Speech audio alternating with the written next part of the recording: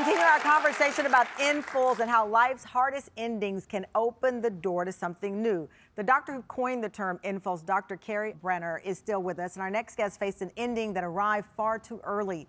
At just 26 years old, Jimmy Choi was a husband and father building a future when he was diagnosed with Parkinson's disease, and suddenly the life he imagined felt like it was slipping away. He's spoken openly about losing himself for a time, gaining weight, ignoring his symptoms, and the fear that came with that diagnosis. But instead of letting that moment define him, he chose to fight for his life. This is Jimmy today.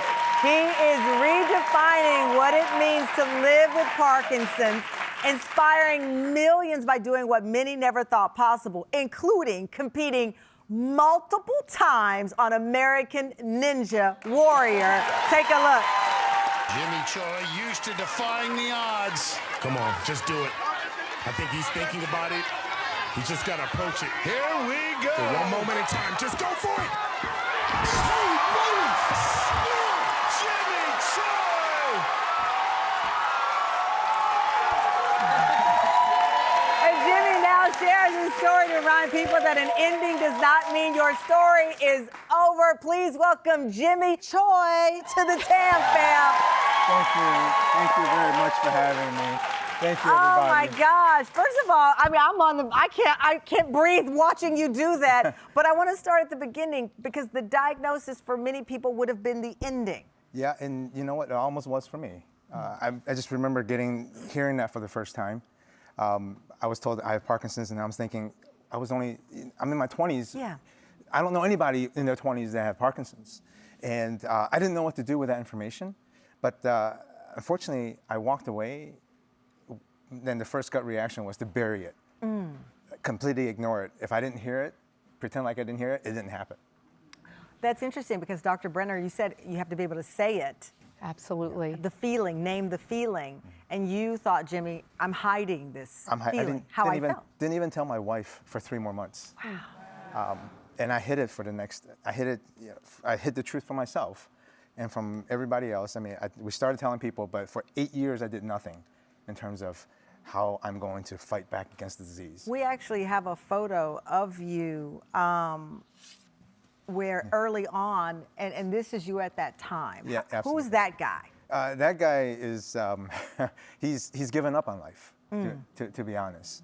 On the outside, it may not have seemed that way because I have a family to take care of. I have friends that I need to, you put on the facade, you put on the smiling face.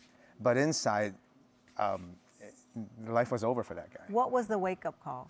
The wake-up call was me carrying my son, who was 10 months old in 2010. And I was walking with a cane. I weighed 250 pounds, and we were on top of the stairs. And I'm like, I've got the railing, I've got the baby, I don't need my cane. And sure enough, you guys can probably guess what happened next. We tumbled down 10 steps. Wow. So I kept him on the top of my body the entire way down. And I just remember seeing the horror on my wife and my 2-year-old daughter's face at the time. And it was just, it was enough to scare me to make a change.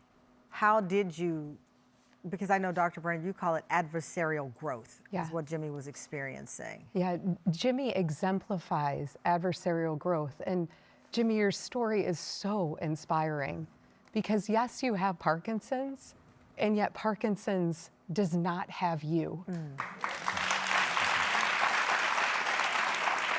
So you face this end, you have this wake-up call, you reset, you face this adversarial moment, and how epic does it feel then to be on American Ninja Warrior? You could have just got a smaller goal here, Jimmy.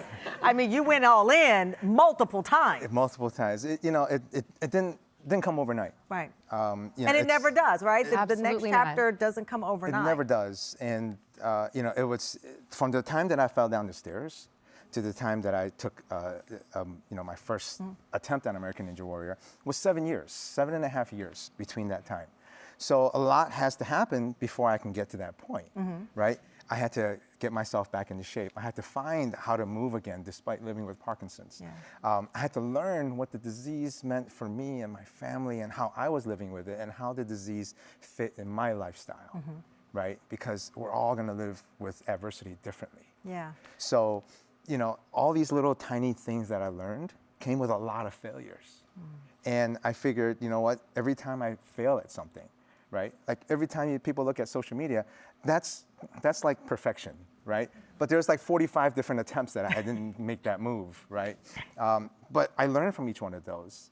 And over time, from 2010 all the way until now, you know, what I'm able to accomplish today is all of those failures combined. I love the way you put that. What's the next chapter after this? You know, unfortunately, my son was also diagnosed with a movement disorder. Unfortunately, it's not Parkinson. Unfortunately, his is much more aggressive, but also has a treatable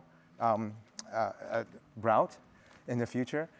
My next chapter is to make sure that he has all the tools that he can succeed and to be the best dad that I can for him.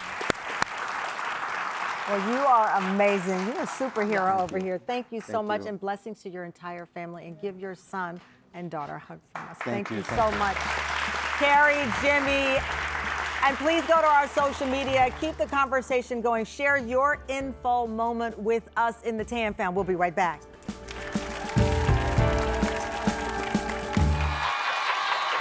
You got this, Jimmy. Hit that buzzer.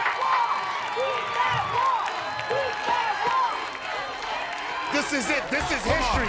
This is it. Yeah! If you're struggling with Parkinson, you got it.